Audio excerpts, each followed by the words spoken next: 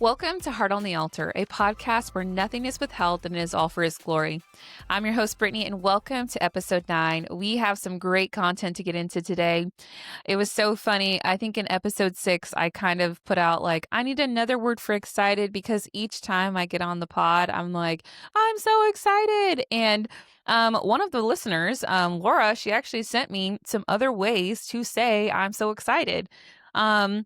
And so here is the one. Thank you, Laura, for the context. I am a kid in a candy store. I am jacked to be here with you. And why I am is because often, whenever there are really hard days or everything goes wrong to get here to the podcast, maybe to get to a small group, to get to church, to be present with my family, I know that the moment on the other side, depending on my viewpoint of how I surrender it to God, it will change. Something will happen, something good will happen. And that was today. Let me tell you, getting to this podcast, it felt like I never would do it. I was like, man, maybe no one will notice I post late. I don't know. But that's real. That I really had to depend on God and say, God, if this ain't you, I don't want it. I need you to make a way through this podcast. So I've prayed over this. I'm a kid in a candy store. I'm here. I'm ready to go. And what's so awesome about what we're getting into is actually Psalm 16. And what I love about Psalm 16 is that how I came even to read Psalm 16, I've read the Bible. I don't always just stop and be like, oh my gosh, this is so good. Truly, God has to lead me there sometimes. And for Psalm 16, read through Psalms, read through Proverbs, but this chapter in particular, there was one time, probably in early 2022, late 2021, I was sitting at my desk. I was working at a church at that time. And I just remember I'm sitting there working away, and this pastor walks through, and he legit, this has happened. He points at me and goes, have you ever read Psalm 16? And I'm like, I may, yeah, but I don't know. He's like, you need to read Psalm 16. It is so good. And that's all he said. Then he walked away. And so I just was like, well, I guess I should read Psalm 16. And so I did. And when I read it, now in hindsight, what I see is that God was literally preparing me to walk through one of the biggest identity crises, one of the hardest moments in my faith. He was already preparing me. And you'll kind of hear through this as I read. I'll explain and unpack what that looked like for me personally. But what I love about this also, not only was he preparing me before, but when he truly rescued me from the brink of wanting to give up, deciding God, I need to follow you. I don't know how am I going to make it? I don't want to hate you. I want to keep going after you. He met me with Psalm 16. So again, getting ahead of myself, we're going to jump in and we're going to read it. And I wish I could cover every detail in here because it is so rich. It is so good. When I talk about the Bible and when others talk about the Bible, what we need to realize is that Jesus is written from generations, Genesis to Revelations. He is present in every single chapter. There is something that is pointing always to remind us and prepare our hearts, prepare the people that there is a Messiah coming. And we get to live now, today, that the King of Kings has arrived. And so there are elements of that in here. I hope to get to them. But again, I don't want this podcast to be 2 hours long. So I have to take little bits and pieces. And I hope that, I don't even hope, I have prayed that today that you feel restored and that you feel seen, and you know that God, He is a God who will protect you. He is a God who is full of joy, that He was predicted from long ago. And we get to sit and see that this man, David, who was a broken man but loved Jesus, and he is singing and he is speaking from a heart of gratitude because he realizes that without Jesus, he has nothing. And so that is my prayer, is that through this, we realize that. So Let's jump in. We got 11 verses, so hang on. Yes, I did it to you again because we just have to read the whole text. It's so important. So let's jump in. Psalm 16. Protect me, God, for I take refuge in you. I said to the Lord, you are my Lord. I have nothing good besides you. As for the holy people who are in the land, they are the noble ones. All my delight is in them.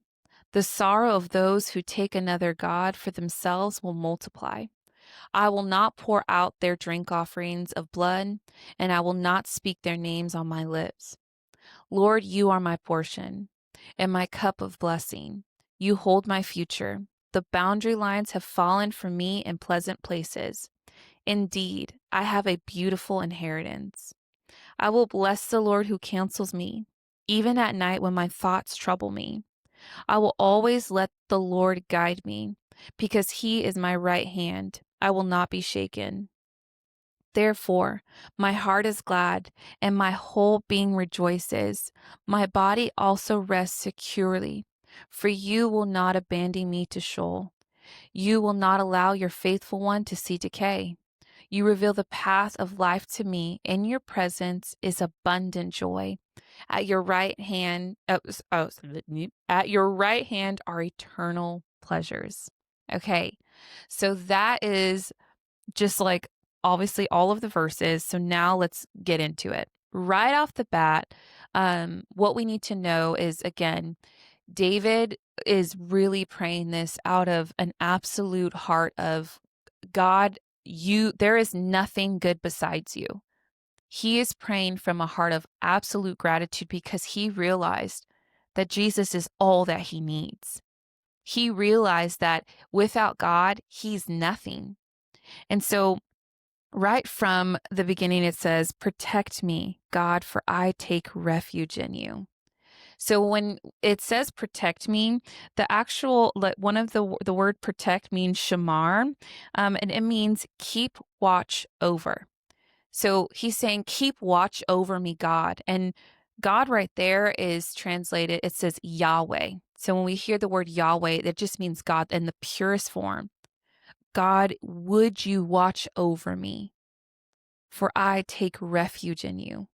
To take refuge is to go and hide, to be covered by, to know that nothing will hurt you. And so what I love about protect God, for I take refuge in you, he starts off and he's literally just saying, you have to keep me. You have to hold me. And there has been plenty times of my life, so many times, where I'm like, God, if you don't show up, I won't make it.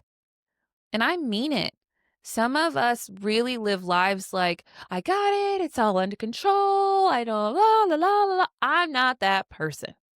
I know that I am jacked up at times. My thoughts, what I feel about people. And there are times where I do feel like, God, I need you to protect me. And in particular, never did I ever think I would be walking away from a role that I prayed for, that I felt like was a true blessing from the Lord because he told me to, because he made it very clear and closed the door. And so he says, protect me, God, for I take refuge in you. Some of you need to actually take refuge in God. It's easy to think that money can protect us, our image can protect us, working hard can protect us. All of those things, they can't. And even to protect, like, it doesn't mean that our feelings won't get hurt. It doesn't mean that we won't struggle. It doesn't mean any of that. It does mean that we can spend eternity with Christ. We can spend on this earth. We can have peace. We can have joy. We can have hope when we know that our strength, the one who is watching out for us, the one who is authoring our steps, he is greater than anything on this earth. That is where the power comes from. Let's keep going. I said to the Lord, "You are my Lord. I have nothing good besides you." Guys, God, if He is good, there is nothing good besides Him.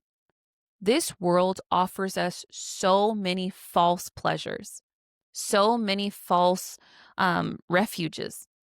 They say if you have a house and a nice car and the kids and a marriage, you are safe. You have made it. You have the good life. If you have a six-figure job, you have the good life. If you look like whoever you think that looks nice, you have made it. You are living in the goodness.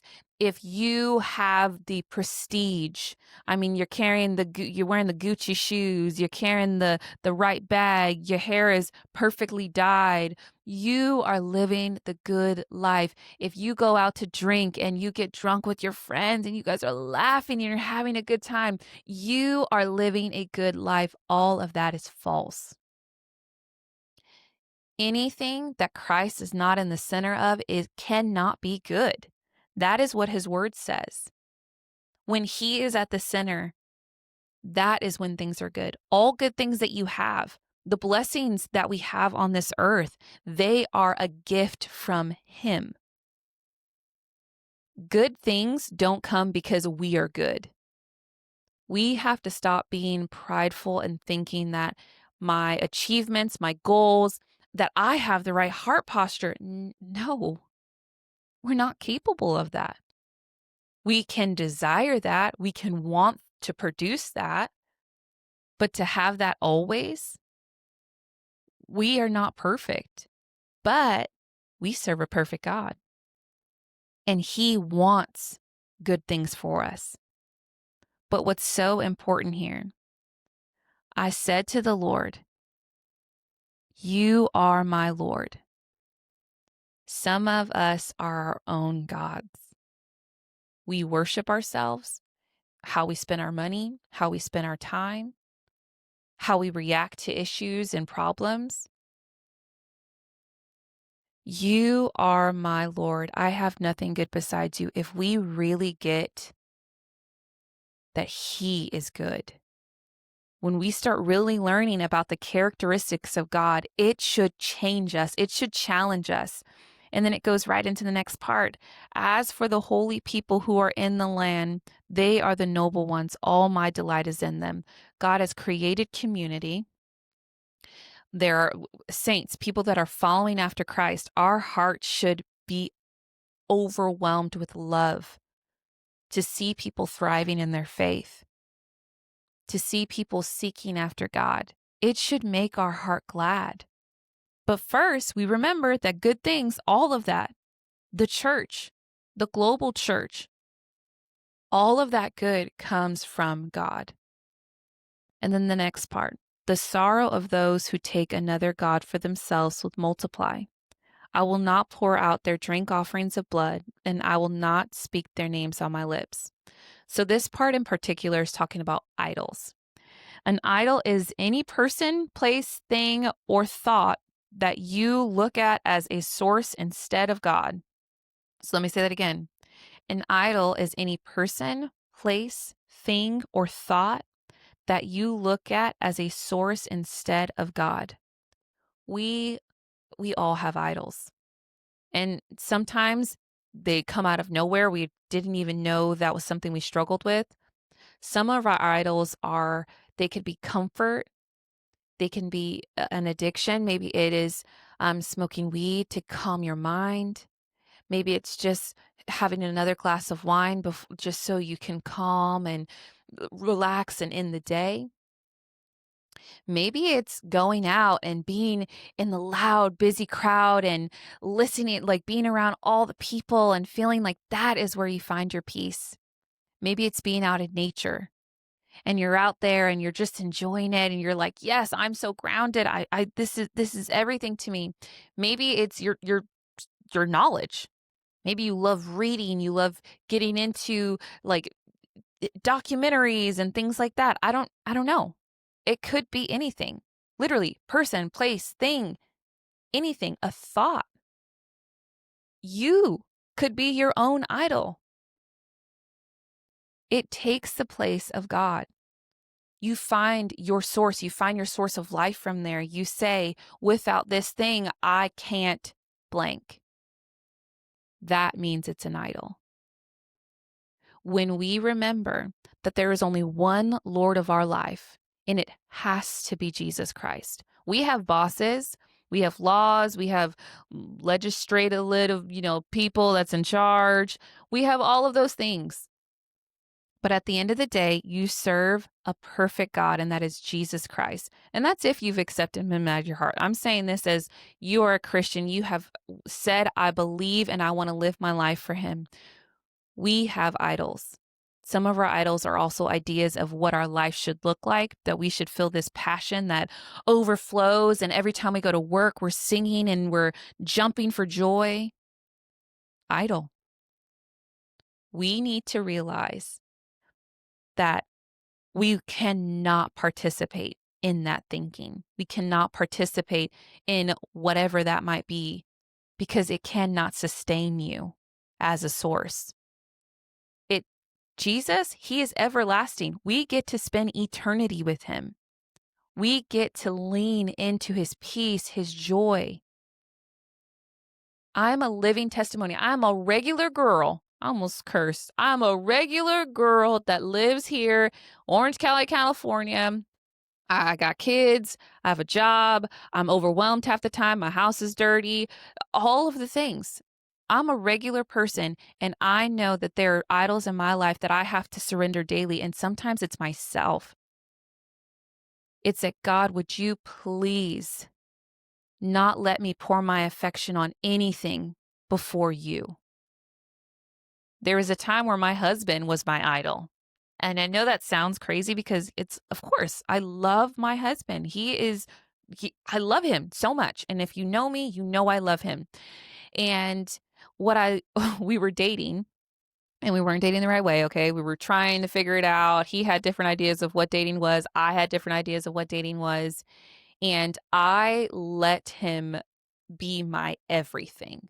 I dropped everything for him. I only wanted to spend time with him.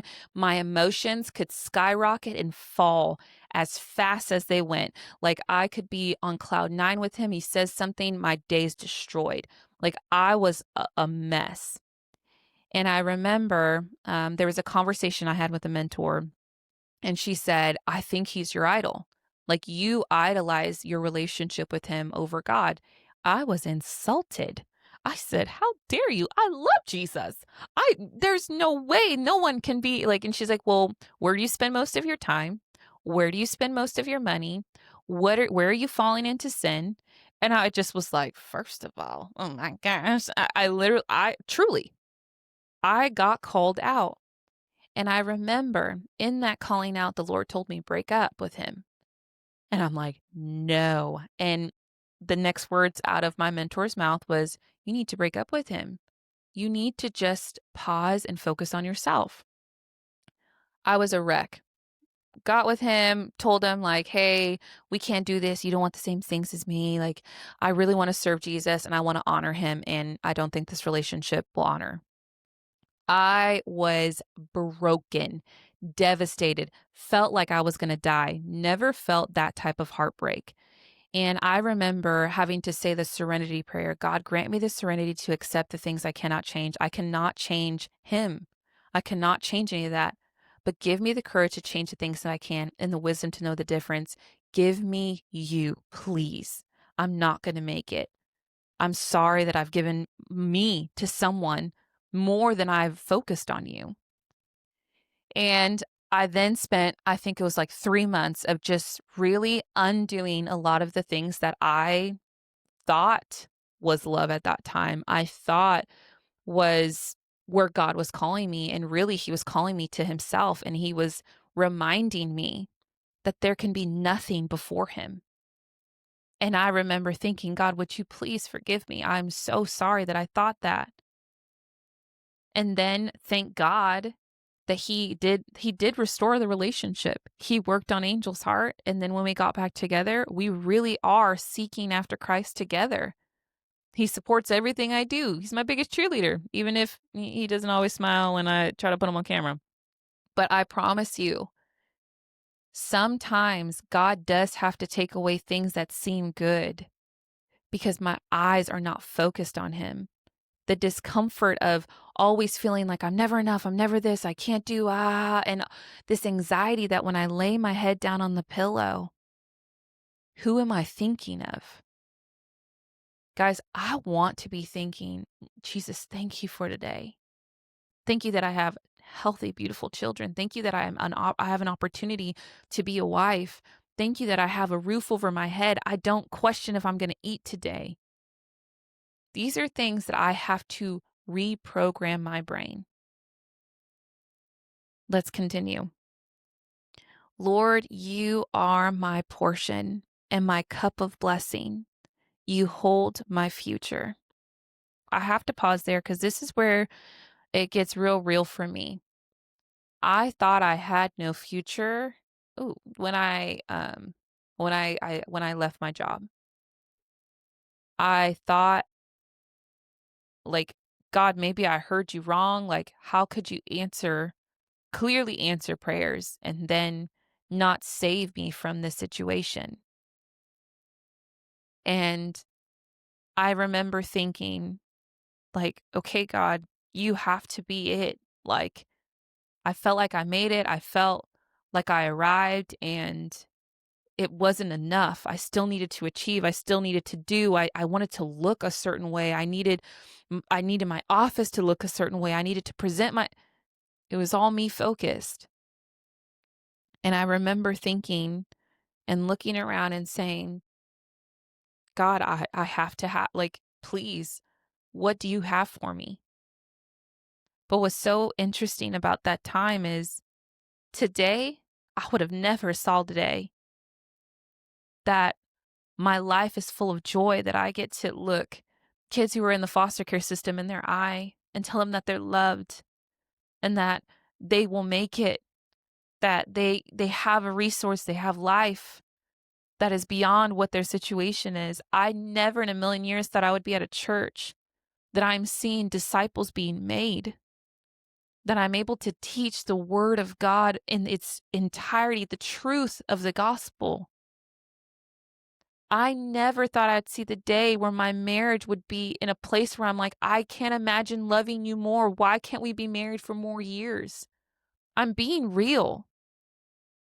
Can I tell you, in a time that I felt like my future was crushed, my husband, he was chilling in the sense of nothing. God didn't rock him in the way of removing him from a title and position. And I remember the bitterness that was in my heart of God, well, why am I going through this? I didn't do anything wrong. And then him saying, I hold you. Just let me hold you. And so I stand here as a living testimony that he is good. He really does hold your future if you let him. And sometimes he would have to slap my hand and be like, girl, go sit down. It ain't time yet. And I'm like, but why? You told me. I heard from you. I know what you've called me. So from 2022, when he said I was going to do a podcast, to right here in 2025, I am grateful that it is him. He is my portion. And my cup of blessing, it overflows. But it's not because I want to be on camera. It's because I think about the people who are watching this, who are listening to this, and I weep that you get it, that he loves you, that he sees you, that he can restore you mentally, physically, emotionally, spiritually, that he has a plan for you. He can be your protection. He can be your refuge. The boundary lines have fallen for me in pleasant places indeed. I have a beautiful inheritance. Guys, what's so beautiful about the picture of David is that if you go through his line, it was told that the King of Kings, the King forever, will come through the line of David, and he did. His name is Jesus Christ. And so David, when he's saying, I have a beautiful inheritance, that there is something ahead of me, that is something that I get to rejoice in. We actually get to see what he was saying that came true, and it is Jesus. And guys, our inheritance is our everyday that we get to walk with him. It is eternity that we get to spend in perfection with the one who gave his life for us. That is the beautiful inheritance. I will bless the Lord who counsels me, even at night when my thoughts trouble me. I just get so choked up because if you guys knew, and some of you do know what I mean by when I close my eyes, my brain doesn't shut off. It just keeps yelling at me that I failed, that everyone thinks I'm stupid, that they think that I just kept going through the what ifs. I kept replaying the words of there's just the words of destruction in my brain. I kept just hit it on repeat and repeat. What if I said this? What if I did this? What if I never left? What if what if? And I would invite God, you will keep in perfect peace those whose minds that are steadfast on you because they trust you. Please help me trust you. That is where it says, I will bless the Lord who counseled me even at night when my thoughts troubled me. He can be with us every moment. If you wake up in the middle of the night, he is there. If you wake up with a bad dream, he is there.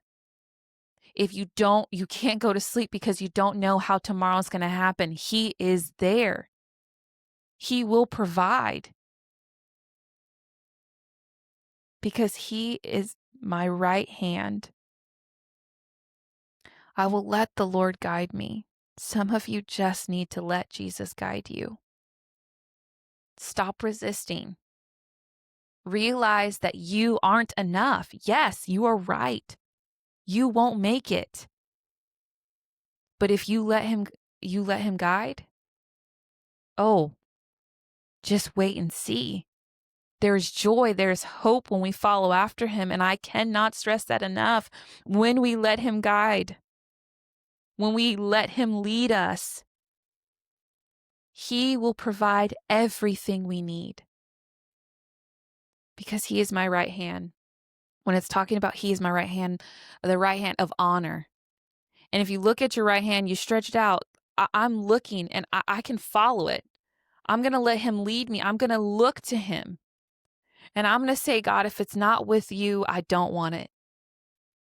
Would you lead me? Would you be my right hand? Would you help me? Would you whisper? Would you tell me, hey, don't walk to that door. Don't, close your mouth. Don't you be texting that. Get off of Instagram. Hang up the phone. Shut your mouth. Don't be talking back. Like whatever it might be, God, would you guide me? Would you be my right hand? Would you protect me? Would you give me wisdom? Would you give me guidance? I will not be shaken. Again, when we are rooted in the real foundation of who Jesus Christ is, we cannot be shaken. And what I mean that we cannot be shaken, I do not mean that nothing bad will happen to us. I mean that when you have a very, very bad day, like I had a couple very, very bad days, he is still good. I can still sing for joy. I still have choices to put on a sermon and listen to my pastor on repeat because I need to calm down. I have the opportunity to remember that other people deserve grace because, man, the amount of grace he has given to me, whew, I don't deserve it. Neither do they. So let me just go ahead and do what he has done for me. I will not be shaken when the storm comes, because it will come.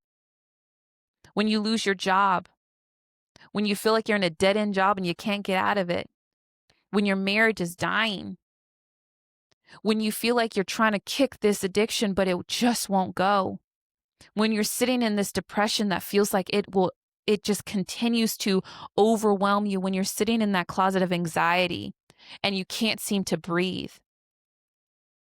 When we remember that our foundation is in Jesus, when we invite him into all of that, it doesn't mean it's going to be solved immediately. But what it does mean is that we will not be shaken. We will be rooted in Christ. We can have hope in a dead marriage.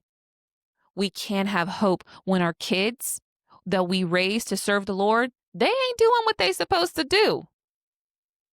when our home, when we are empty nesters, when you have someone who has died, when you are mourning, He will be with you. Even in your darkest moments, He will be your strength.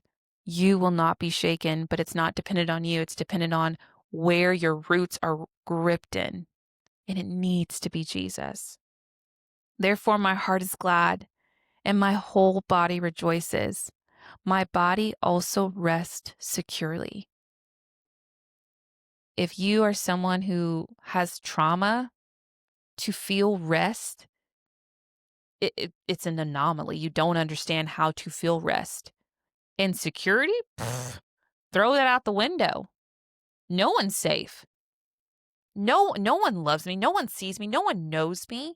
No one knows what I've been through. No one knows the pain.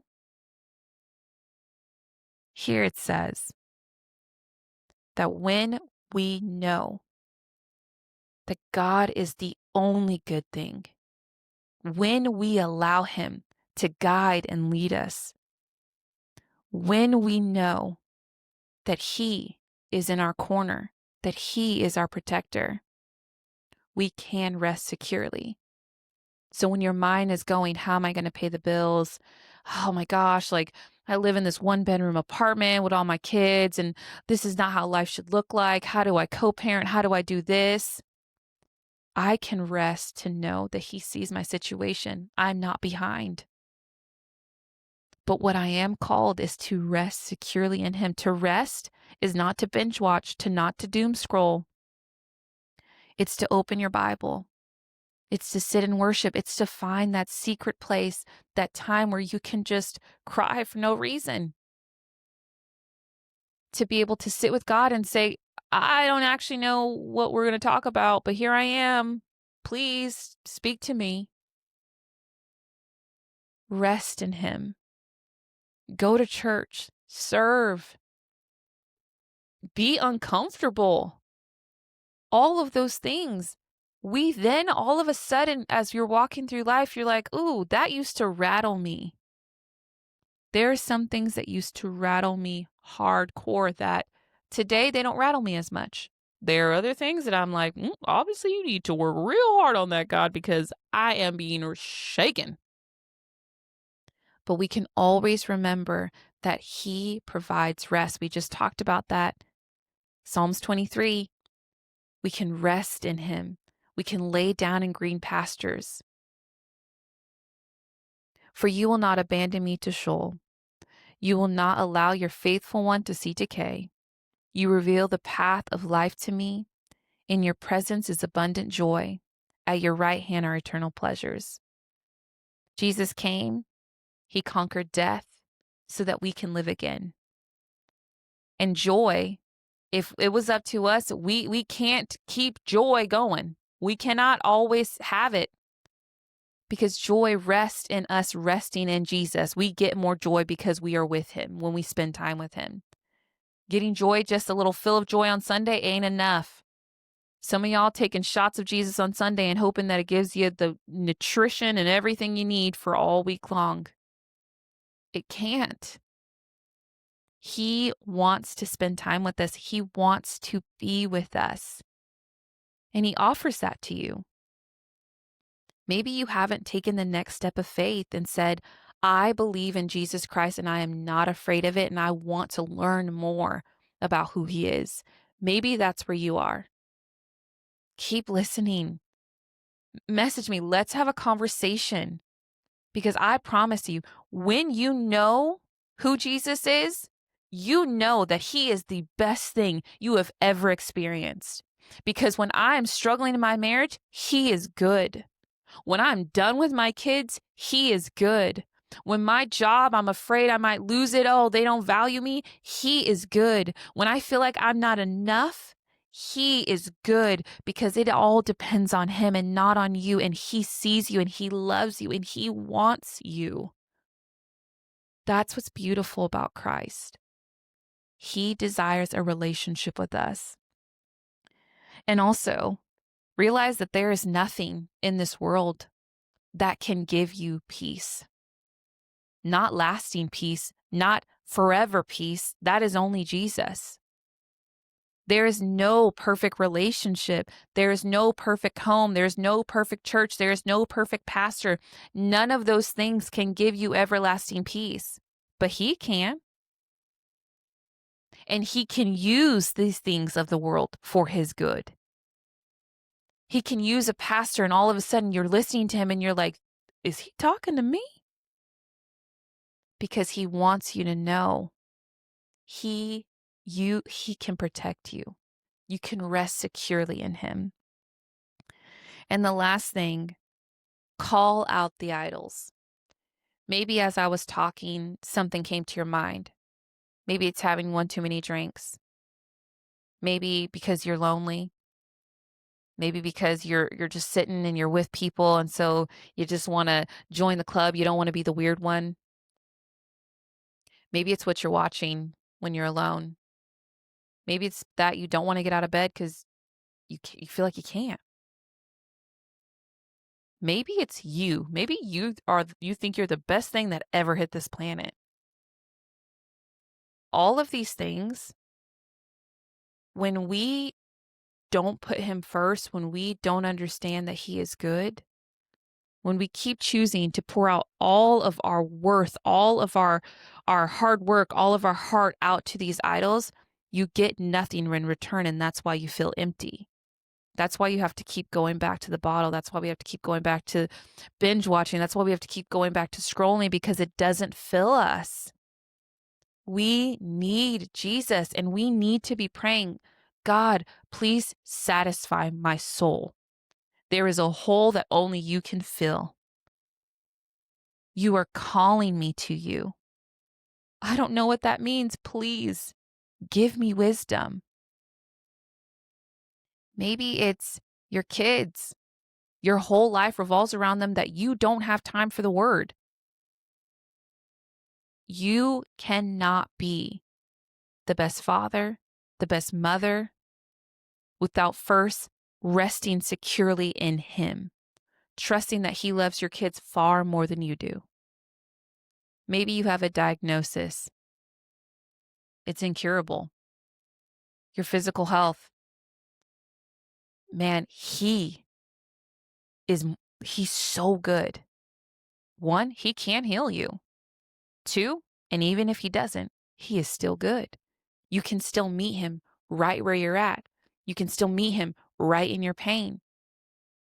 He will sit with you. He will be with you. And I know that sounds crazy, but if this is hitting you, I want you to know that He needed to say this to you right now. There is no mistake. He will guide you. He will teach you how to parent. He will teach you how to co-parent. Please, Jesus, teach me how to co-parent. I fail so many times. Teach me how to love my husband. Teach me how to love my kids. Teach me how to love my church. Teach me how to surrender my pride. Teach me how to honor those who I don't always feel that are honorable. Teach me to forgive those who don't even deserve it, because it's not about them. What are your idols? Lay it down at His feet. A heart on the altar is one who is allowing it all to be exposed. The altar is not for other things. It's only for Him. Your affection is only for Him. And then out of that, everyone else gets to be blessed by you.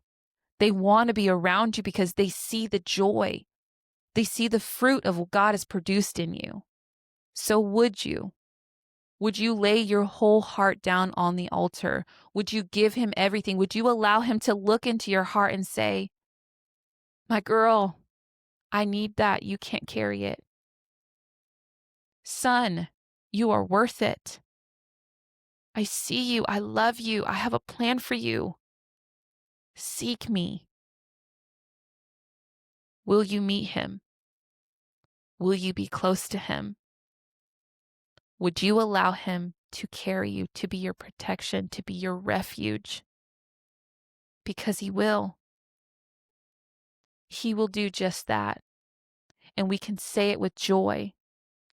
And one day, you will be able to look you will be able to look in the eye of the storm and say, do you know who my God is?